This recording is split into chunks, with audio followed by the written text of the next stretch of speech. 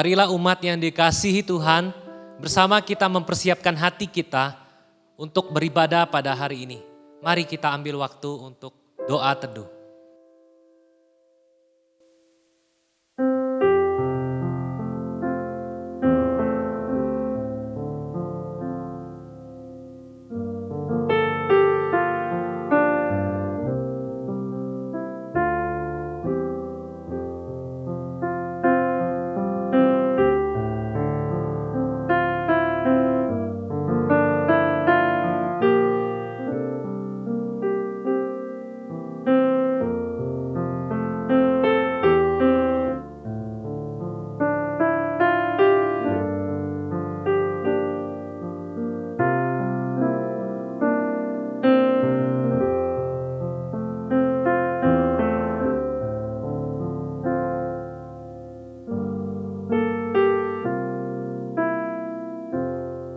Amin.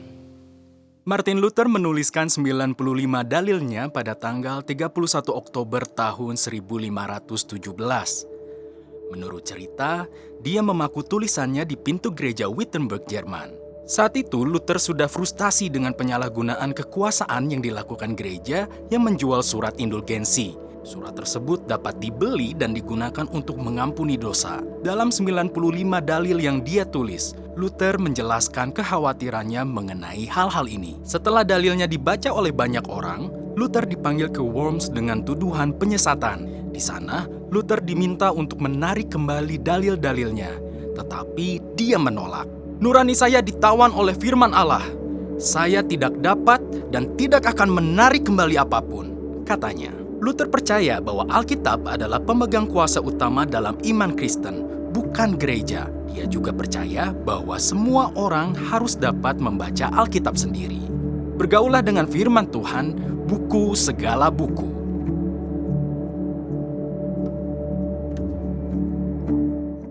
Saya mengajak kita semua untuk bangkit, berdiri. Ibadah kita ini kita mulai dengan pengakuan bahwa pertolongan kita datangnya daripada Tuhan yang menciptakan langit dan bumi dan segala isinya. Turunlah kiranya ke atas kita sekalian kasih dan anugerah dari Allah Bapa, Allah Putra, dan Allah Roh Kudus. Amin. Mazmur 28 ayat yang ke-7, demikian firman Tuhan. Tuhan adalah kekuatanku dan perisaiku, kepadanya hatiku percaya. Aku tertolong sebab itu beria-ria hatiku, dan dengan nyanyianku aku bersyukur kepadanya. Selamat Hari Reformasi yang ke-504 bagi seluruh jemaat GEIHO Kim Tong. 31 Oktober 1517, seorang anak Tuhan bernama Martin Luther memakukan 95 dalil di pintu gereja Wittenberg, Jerman. Dia menentang pengajaran gereja yang saat itu sudah melenceng dari kebenaran. Dan dia menyerukan satu pengajaran back to the Bible. Namun Luther mendapat banyak tekanan dari pemimpin gereja saat itu. Dia dipaksa menarik pengajarannya. Tapi ia tetap setia menyuarakan kebenaran. Dan di tengah pergumulannya, dia menulis sebuah him yang menggambarkan keteguhan hatinya dan pengharapannya bahwa Allah bentengku yang teguh.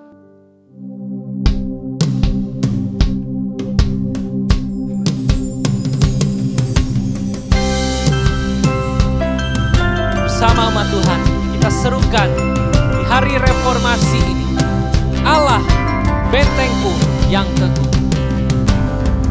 Allah bentengku yang teguh,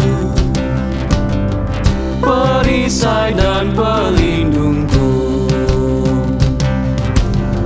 menolong bila ku jatuh, dan jadi pengharapanku. Meski musuh keji menyerang tak henti, ngeri kuasanya dan tipu dayanya, namun Kristus peliharaku. Bila sandar kekuatanku, pasti aku akan kalah. Bila sandar kekuatanku, pasti aku akan kalah. Tetap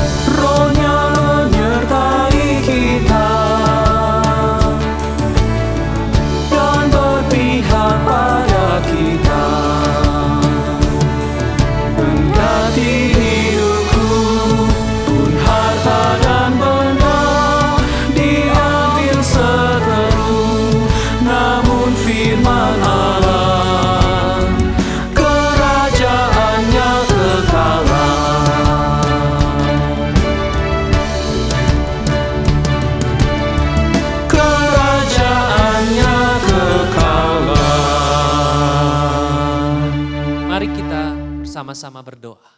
Tuhan Yesus, terima kasih buat kemurahan-Mu.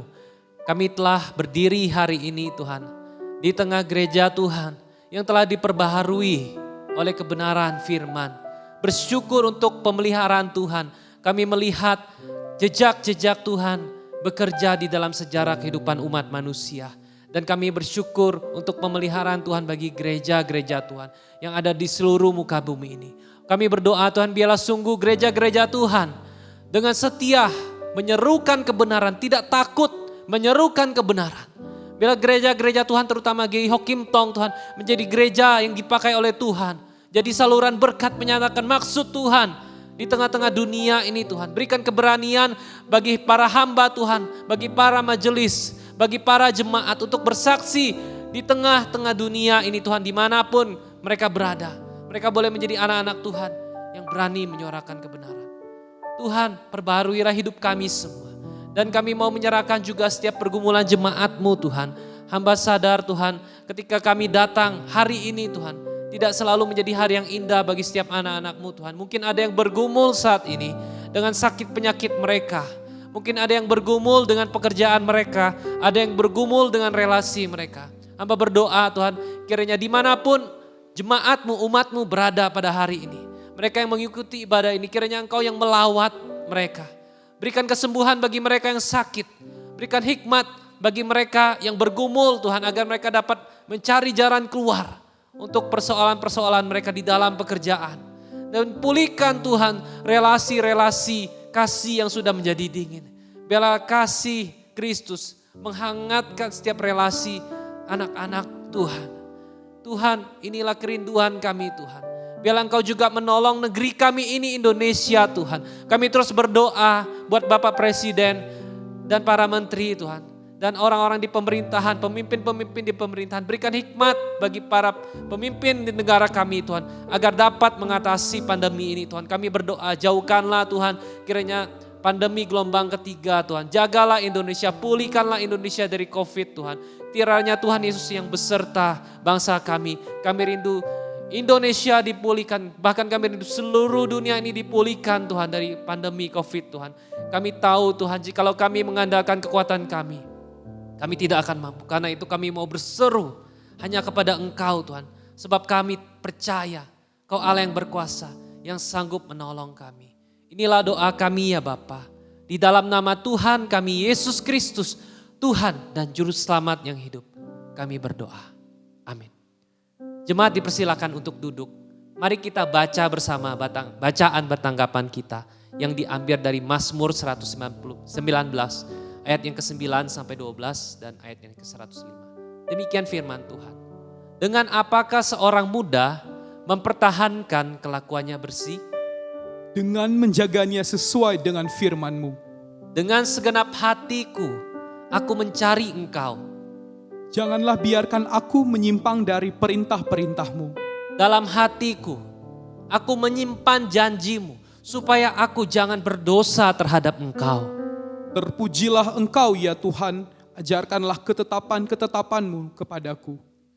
Firman-Mu itu pelita bagi kakiku dan terang bagi jalanku.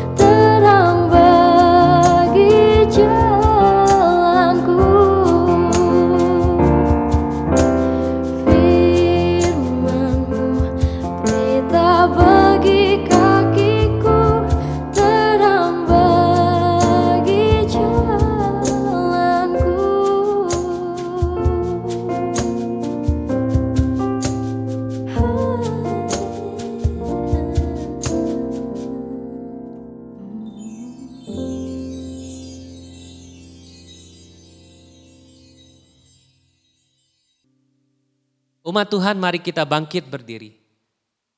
Bersama dengan orang-orang percaya di segala abad dan tempat, mari kita menyatakan pengakuan iman kita. Pengakuan iman rasuli. Aku percaya kepada Allah, Bapa yang Maha Kuasa, Khalik langit dan bumi, dan kepada Yesus Kristus anaknya yang tunggal Tuhan kita, yang dikandung dari Roh Kudus, lahir dari anak darah Maria, yang menderita sengsara di bawah pemerintahan Pontius Pilatus, disalibkan, mati dan dikuburkan, turun ke dalam kerajaan maut, pada hari yang ketiga bangkit pula dari antara orang mati, naik ke sorga, duduk di sebelah kanan Allah, Bapa yang Maha Kuasa. Dan dari sana ia akan datang untuk menghakimi orang yang hidup dan yang mati. Aku percaya kepada Roh Kudus, gereja yang kudus dan am, persekutuan orang kudus, pengampunan dosa, kebangkitan orang mati, dan hidup yang kekal. Amin. Jemaat dipersilakan untuk duduk. Umat Tuhan, terimalah kebenaran firman dengan sukacita dan lakukanlah itu dengan segenap hati. Maka kita akan menjadi orang-orang yang berbahagia. Dan biarlah kebenaran firman menjadi kesukaan setiap kita.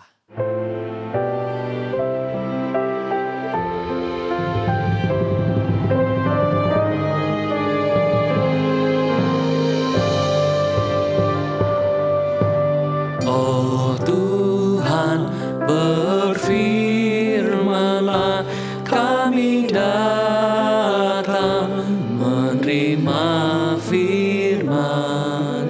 Tanamkan kebenaran-Mu dan bentuk kami serupa diri-Mu. Biar terang Kristus dapat terpancar dalam tindakan kasih dan iman. Oh Tuhan, semua tujuan-Mu terpenuhilah dalam kami.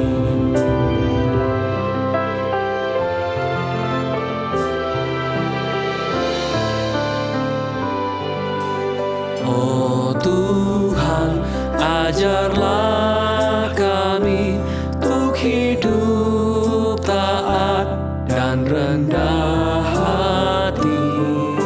Selidiki pikiran kami dalam sinar kemurnian-Mu. Sebab iman kami hanya tertuju pada kasih dan kekuasaan-Mu. Firman-Mu yang berkuasa mampu mengubah yang belum percaya.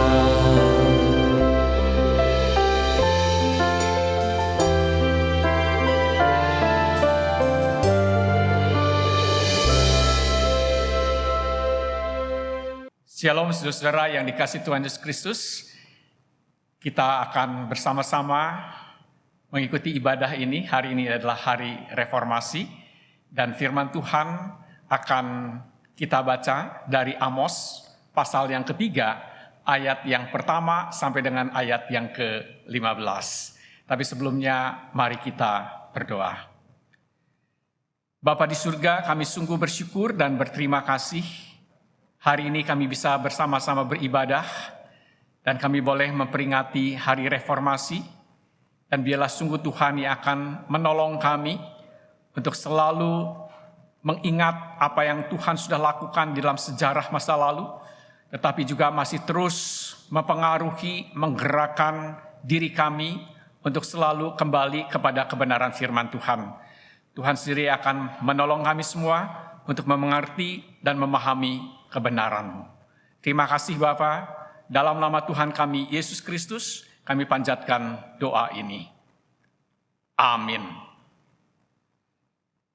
Saya akan membacakan firman Tuhan dari Amos pasal yang ketiga, ayat yang pertama sampai dengan ayat yang ke-15. Demikian bunyi firman Tuhan. Dengarlah firman ini, yang diucapkan Tuhan tentang kamu, hai orang Israel, tentang segenap kaum yang telah kutuntun keluar dari tanah Mesir. Bunyinya, hanya kamu yang kukenal dari segala kaum di muka bumi. Sebab itu aku akan menghukum kamu karena segala kesalahanmu. Berjalankah dua orang bersama-sama jika mereka belum berjanji? Mengaumkah seekor singa di hutan apabila tidak mendapat mangsa? Bersuarakah singa muda dari sarangnya jika belum menangkap apa-apa?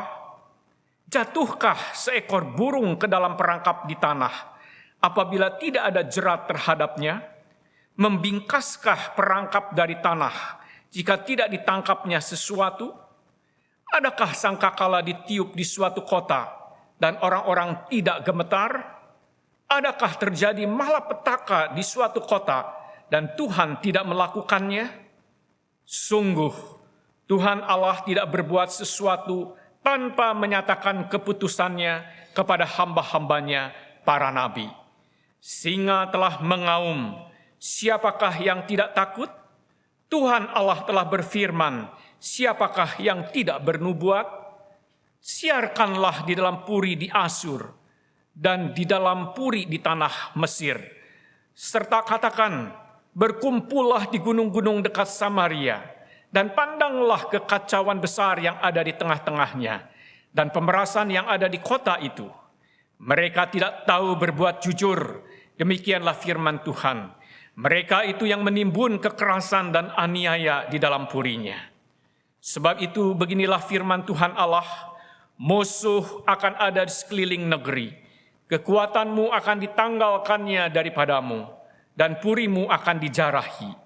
Beginilah firman Tuhan, seperti seorang gembala melepaskan dari mulut singa 2 tulang betis atau potongan telinga. Demikianlah orang Israel yang diam di Samaria akan dilepaskan, seperti sebagian dari katil dan seperti sepenggal dari kaki balai-balai. Dengarlah dan peringatkanlah kaum keturunan Yakub. Demikianlah firman Tuhan Allah, Allah semesta alam, bahwa pada waktu aku menghukum Israel karena perbuatan-perbuatannya yang jahat, aku akan melakukan hukuman kepada mesbah-mesbah Betel, sehingga tanduk-tanduk mesbah itu dipatahkan dan jatuh ke tanah. Aku akan merobohkan balai musim dingin, serta balai musim panas. Hancurlah rumah-rumah gading, dan habislah rumah-rumah gedang.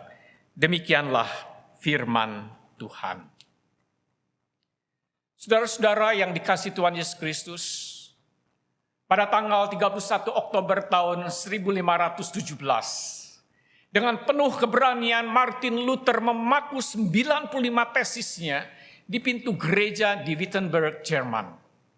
Karena itu, sampai saat ini, tanggal 31 Oktober diperingati sebagai Hari Reformasi, yang salah satu intinya di mana gereja harus back to the Bible, kembali kepada Alkitab. Pertanyaannya adalah, mengapa reformasi itu sangat menekankan Alkitab?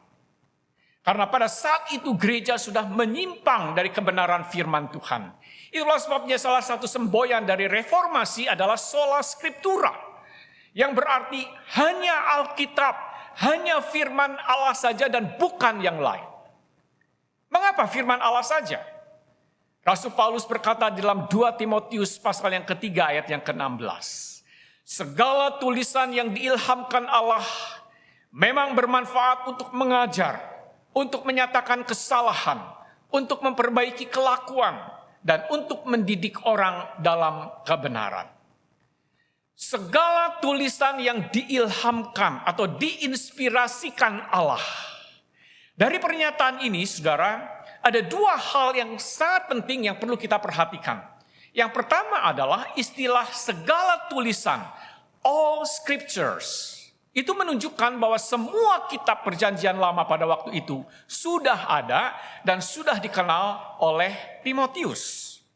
Yang kedua, kata inspirasi atau diilhamkan itu berasal dari kata Latin inspirare, yang berarti menafaskan atas atau ke dalam sesuatu, to breathe upon or into something.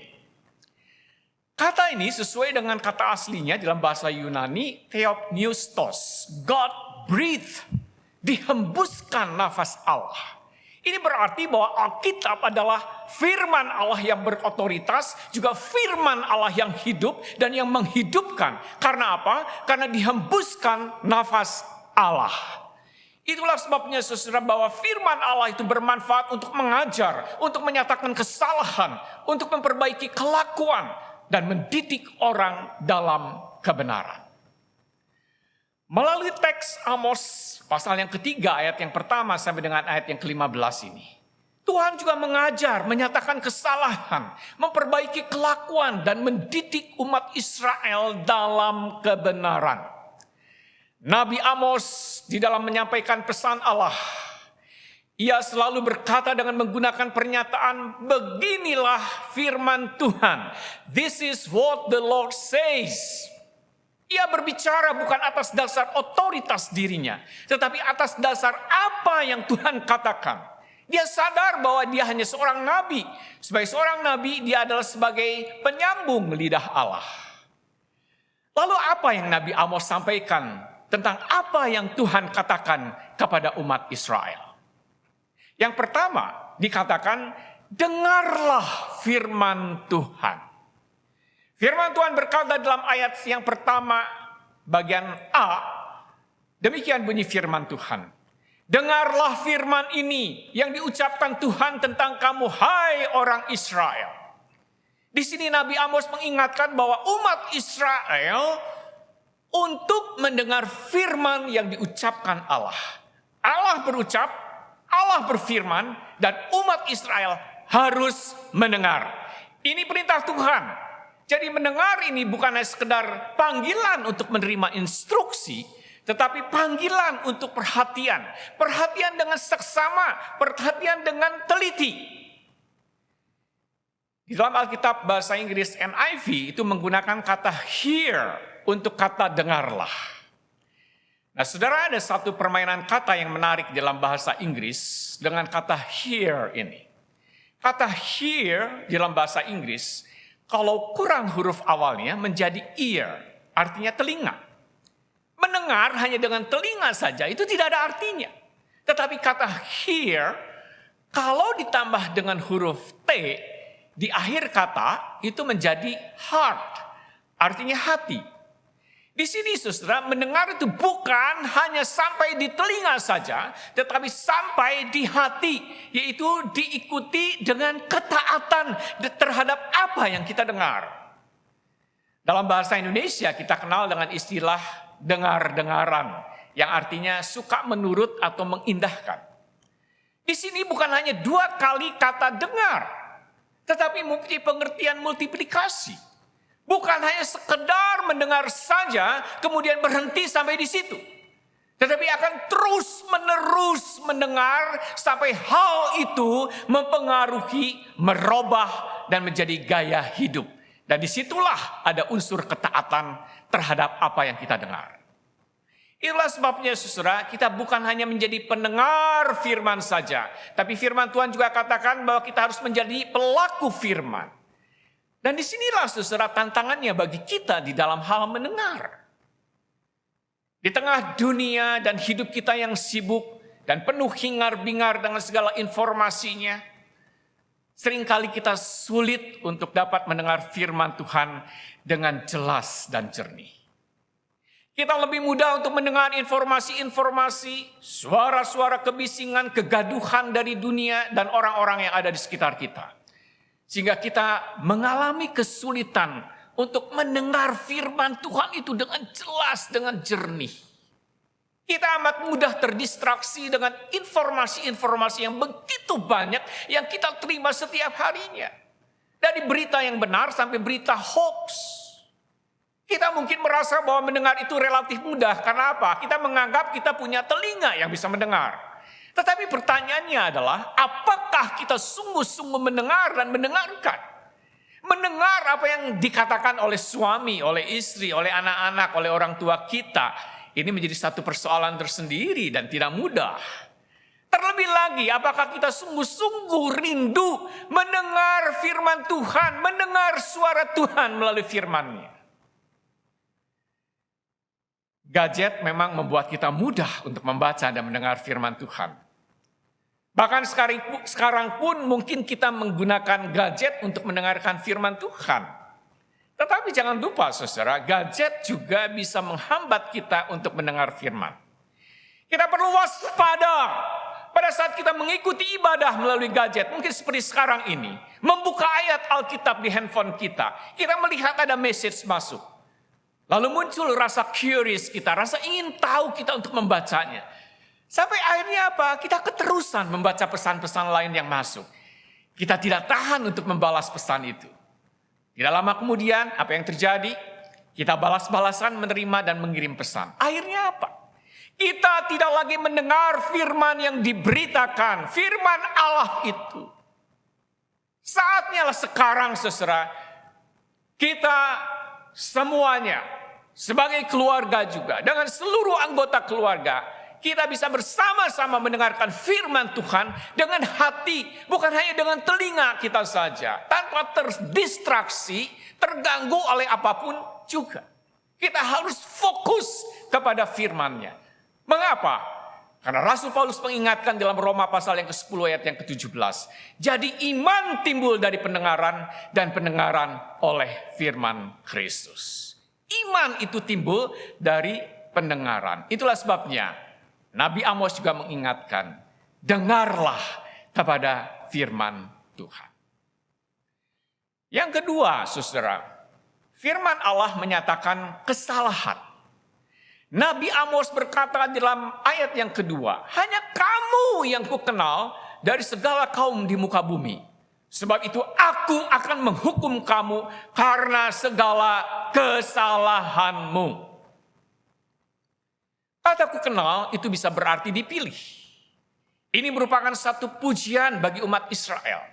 Dari segala bangsa yang ada di muka bumi ini, dikatakan bahwa hanya Israel yang dikenal atau dipilih Tuhan. Ini hal yang luar biasa. Dari segala bangsa, Israel bangsa yang kecil, Israel bangsa yang keras kepala, Israel bangsa yang tegar tengkuk, yang tidak tahu berterima kasih. Tetapi justru bangsa yang dipilih oleh Tuhan. Pilihan Allah atas Israel merupakan anugerah Tuhan semata, bukan karena kehebatan dan keberadaan diri mereka. Demikian juga saudara dengan kita sebagai manusia yang berdosa, manusia yang sudah memberontak kepada Allah. Kalau kita dikenal, kalau kita dipilih oleh Tuhan menjadi anak-anaknya, menjadi umat pilihannya, itu bukan karena kita layak dan pantas. Apalagi menganggapnya karena kita hebat, karena kita kaya, pintar, sukses, dan cemerlang. Tetapi semua karena anugerah Allah. Semua karena kasih karunia Allah. Seorang pengkhotbah yang bernama D.L. Moody berkata, anugerah atau kasih karunia artinya kebaikan yang tidak semestinya diterima. Itulah pemberian Allah kepada manusia pada saat manusia melihatnya bahwa ia tidak layak atas kebaikan hati Allah. Kemudian saudara, yang menarik adalah perkataan Nabi Amos tidak berhenti hanya sampai pada pujian. Selanjutnya Nabi Amos mengabarkan berita yang mengejutkan terhadap bangsa yang dikenal atau bangsa yang dipilih Allah itu, yaitu umat Israel. Tuhan berkata, aku, yaitu Tuhan, akan menghukum kamu karena segala kesalahanmu.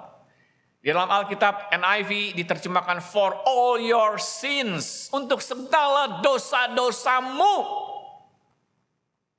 Bagi umat Israel pertanyaannya adalah bagaimana mungkin sebagai umat yang dipilih Tuhan, sebagai umat yang khusus, yang istimewa bagi Tuhan akan mendapatkan penghukuman Tuhan.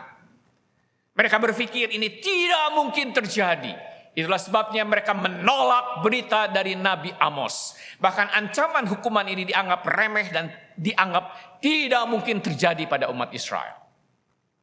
Alasan lainnya umat Israel merasa bahwa saat itu mereka mengalami hidup yang makmur. Dengan hasil ladang yang baik, hasil panen yang sukses. Bahkan di masa pemerintahan Raja Yerobeam yang kedua. militer yang kuat, keamanan yang terjamin. Semua itu dipandang sebagai berkat Tuhan. Dan berkat Tuhan itu sebagai tanda bahwa hidup mereka itu diperkenan oleh Tuhan. Inilah perspektif umat Israel yang memegang teologi. Kalau taat, ada berkat. Tidak taat, kutuk. Nah sebenarnya saudara, teologi ini tidaklah salah. Karena bagian dalam perjanjian dengan Tuhan ada berkat dan kutuk. Tetapi kalau kita mengenal Tuhan hanya dari kotak teologi ini, lalu Tuhan dikurung dengan kotak yang seperti ini yang salah. Karena dengan demikian kita membatasi cara keputusan dan kuasa Allah bekerja. Bagi umat Israel, keadaan makmur, nyaman dan aman, ini dinilai sebagai tanda atau bukti bahwa Tuhan berkenan atas kehidupan mereka. Itulah sebabnya umat Israel merasa bahwa tidak mungkin Tuhan akan menghukum mereka. Nah, selain itu mereka juga merasa bahwa mereka tidak meninggalkan ibadah kepada Tuhan. Berbagai hari raya dan korban mereka tetap lakukan. Mereka bahkan tidak lupa memberikan persembahan binatang yang tambun. Jika ibadah rutin sudah dan terus-menerus dilakukan, pertanyaannya adalah, mengapa Tuhan masih marah? Mengapa Tuhan mau menghukum mereka? Kira-kira begitulah cara berpikir umat Israel pada waktu itu. Nah saudara, cara berpikir seperti ini pula yang sering kita temukan saat ini. Ada yang berpendapat bahwa setiap orang yang percaya kepada Tuhan Yesus pasti sehat. Pasti hidupnya sejahtera, hidupnya subur, makmur, berkelimpahan secara materi. Yang percaya kepada Tuhan Yesus pasti tidak ada mara bahaya, tidak ada kesulitan, tidak ada kemiskinan. Akibatnya saudara, kalau mereka tidak sukses, kalau mereka tidak makmur, kalau mereka sakit, kalau mereka gagal, mereka berkata, saya kecewa kepada Tuhan. Tuhan ingkar janji kepada saya. Buat apa saya rajin ke gereja? Buat apa saya rajin melayani? Tapi toh hidup saya menderita. Hidup saya mengalami kesusahan seperti ini. Disinilah saudara kesalahan sikap bangsa Israel. Pemahaman tentang relasi mereka dengan Tuhan dipegang secara sempit dan transaksional. Demikian juga status sebagai umat perjanjian dan pilihan Allah dipahami secara sempit. Pilihan Allah itu bukan izin untuk mereka bebas berbuat dosa. Bangsa Israel diberi status istimewa, justru mereka dituntut untuk apa? Untuk hidup taat. Dan punya tanggung jawab yang besar yang Tuhan sudah berikan kepada mereka. Demikian juga dengan kita saudara. Jangan kita sebagai pribadi maupun juga keluarga, kita hanya bisa minta ini dan itu dari Tuhan. Tapi kita lupa akan tanggung jawab kita terkait dengan pemberian yang sudah Tuhan berikan kepada kita dan kita terima dari Tuhan.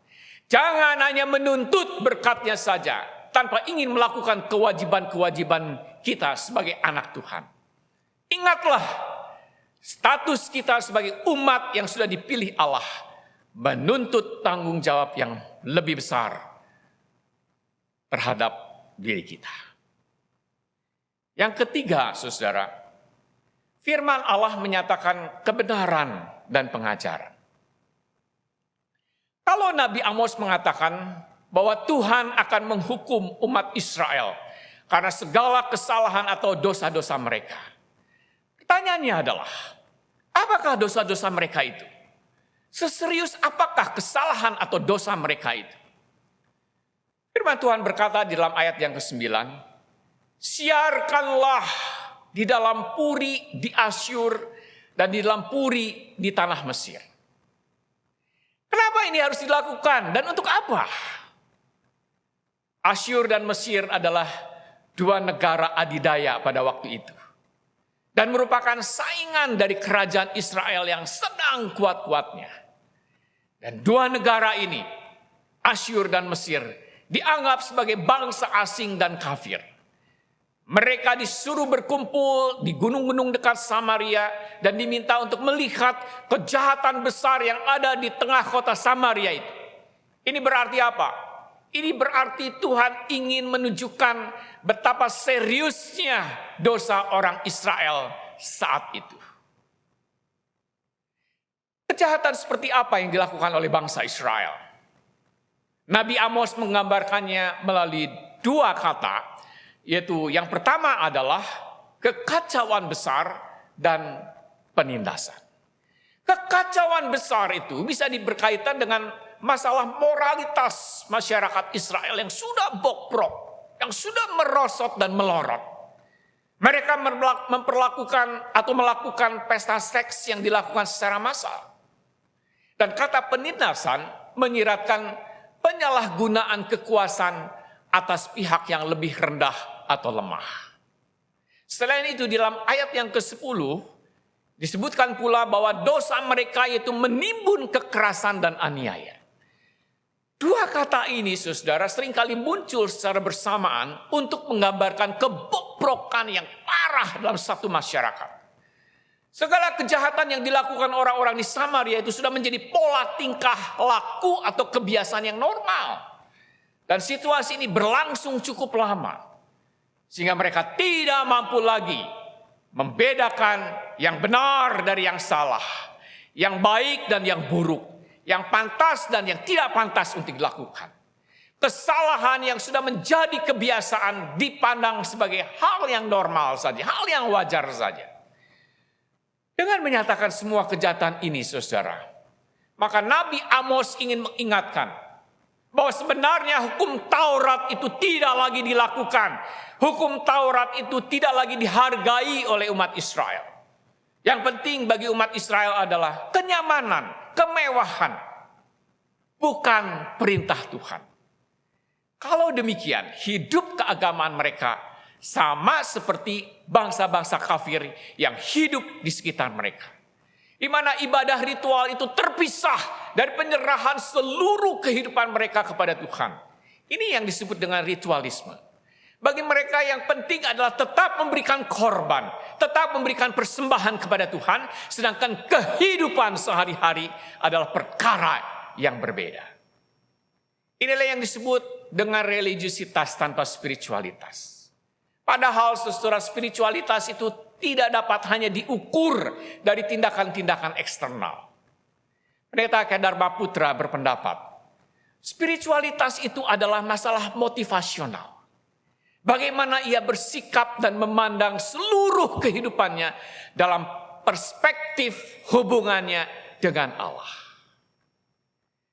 Mungkin, saudara, kita tidak menyetujui gaya hidup seperti umat Israel.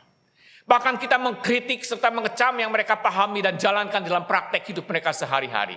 Akan tetapi, saudara, saya mengingatkan, jangan-jangan kita sendiri sudah sama dengan mereka. Pertanyaannya, bagaimana kehidupan rohani saudara saat ini? Secara pribadi dan di dalam kehidupan keluarga saudara, apakah kehidupan religius saudara hanya bersifat formal, ritual, dan institusional? Sehingga saudara merasa kehidupan saudara menjadi lumpuh, menjadi kering, menjadi dingin. Sekalipun mungkin saudara begitu rajin ikut ibadah online, aktif dalam pelayanan ini dan itu, jadi pemimpin dan ketua ini dan itu di gereja. Bahkan saudara menjalankan hukum-hukum dan aturan-aturan keagamaan, tetapi tanpa perubahan hidup dan tidak pernah mengalami perjumpaan secara pribadi dengan Kristus.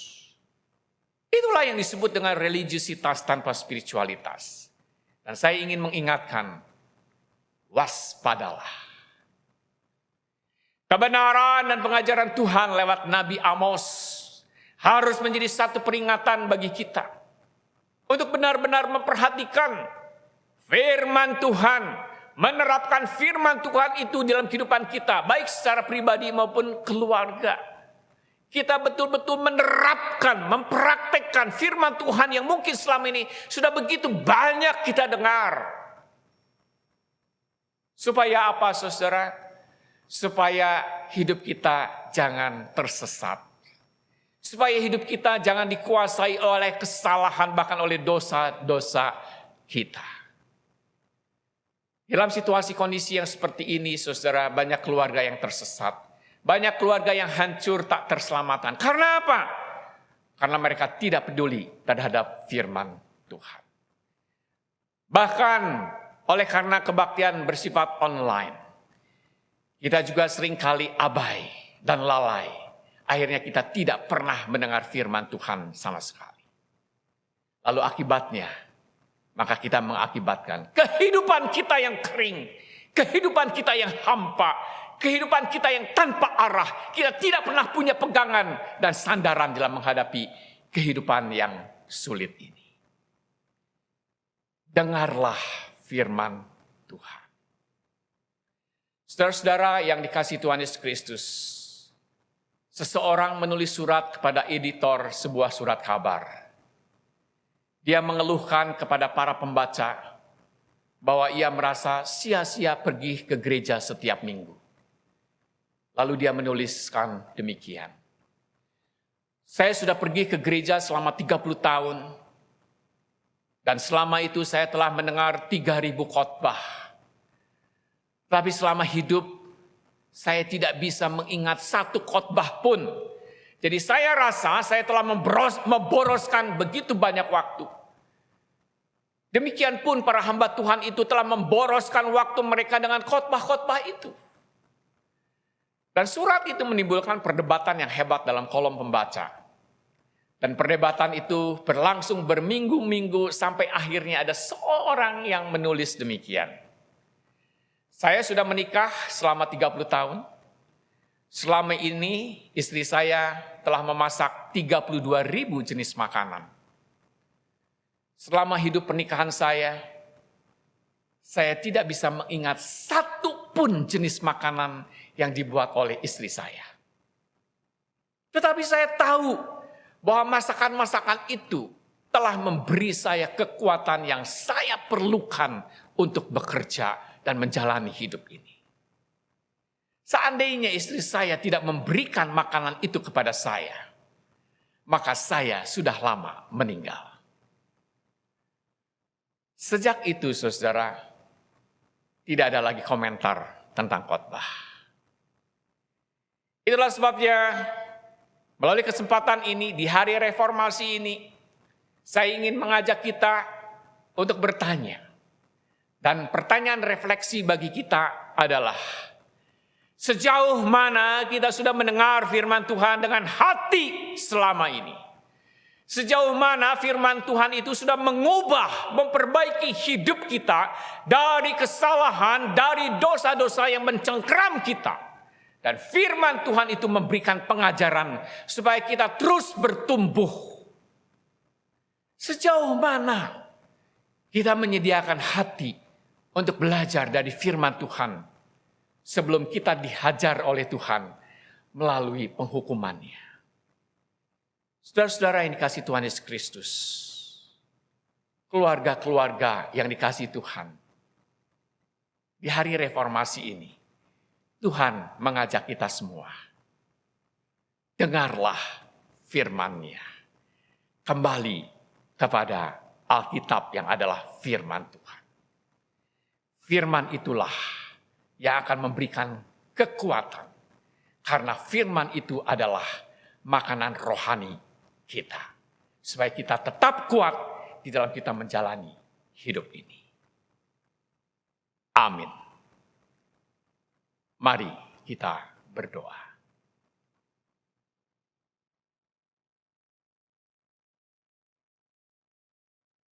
Bapa di surga, kami sungguh bersyukur dan berterima kasih. Firman-Mu adalah firman yang hidup. Firman yang berkuasa, firman yang berotoritas, firman yang mengubah dan memperbaiki akan kehidupan kami. Firman yang menyatakan kesalahan, firman yang menerangi jalan hidup kami. Tatkala kami tersesat, tatkala kami tidak tahu arah dalam kehidupan kami, tatkala kami hidup di dalam kegelapan oleh karena dosa yang mencengkeram hidup kami. Firman itulah yang mengingatkan, bahkan memperingatkan kami, supaya kami tetap hati kami melekat kepada Tuhan. Ampuni ya Bapa, jikalau kami selama ini tidak serius mendengar firman Tuhan, terlebih di dalam masa pandemi ini, terlebih di dalam ibadah yang kami ikuti melalui online ini. Biarlah Tuhan sendiri akan tolong kami, supaya kami sungguh-sungguh ya Bapa diingatkan bahwa firman itu firman yang hidup, yang kami butuhkan, yang bisa memberikan kekuatan bagi kami untuk menjalani hidup ini. Terima kasih ya Bapa. Kiranya firman itu boleh menguatkan dan meneguhkan hidup kami. Terima kasih Bapa. Di dalam nama Tuhan kami Yesus Kristus, kami panjatkan doa ini. Amin.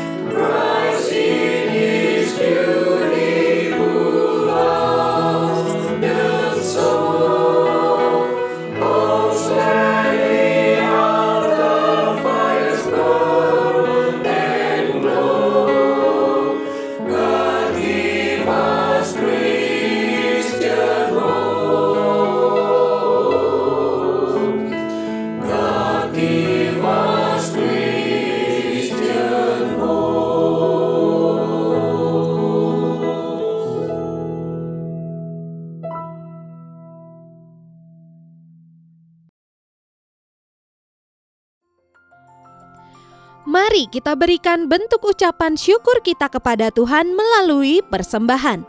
Saudara dapat memberikan persembahan melalui scan QR Code yang tertera pada layar Anda.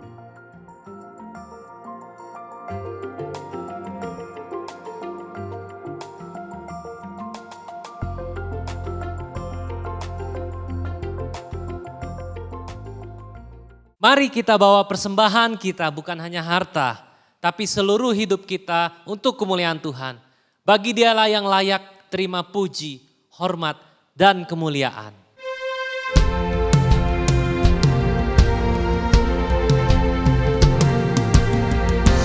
Puji Allah sumber berkat, puji Dia semua ciptaannya, puji Dia para malaikat, Bapa, Putra, dan Roh Kudus.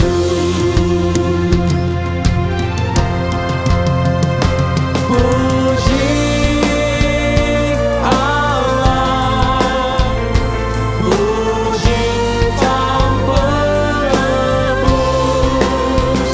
puji Allah, puji Allah sumber berkat.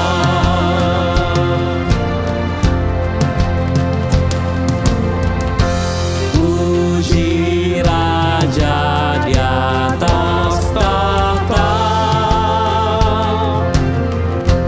kerajaannya kekalan, sekarang dan selamanya.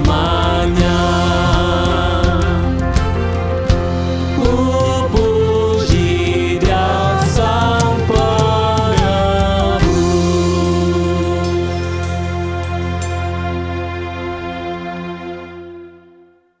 Saudara-saudara yang dikasihi Tuhan Yesus Kristus, mari kita bangkit berdiri dan kita akan membawa persembahan kita kepada Tuhan.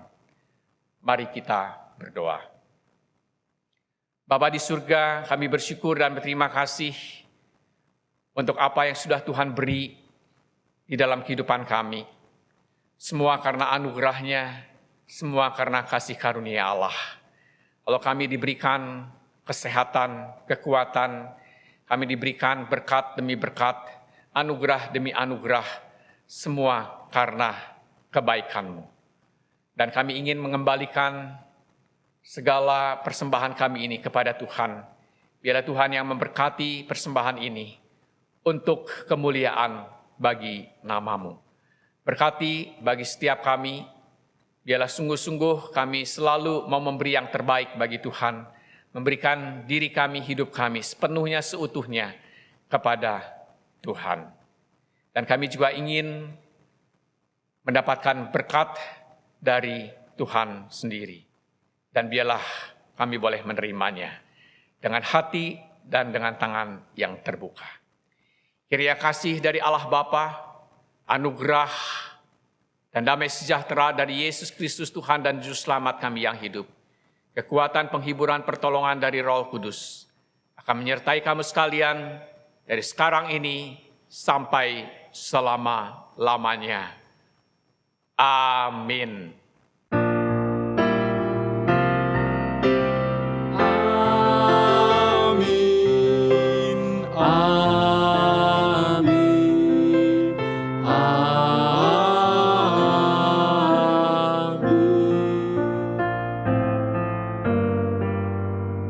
Jemaat sekalian dipersilakan untuk duduk kembali. Ibadah kita selesai dan silakan mengambil doa teduh. Tuhan Yesus memberkati.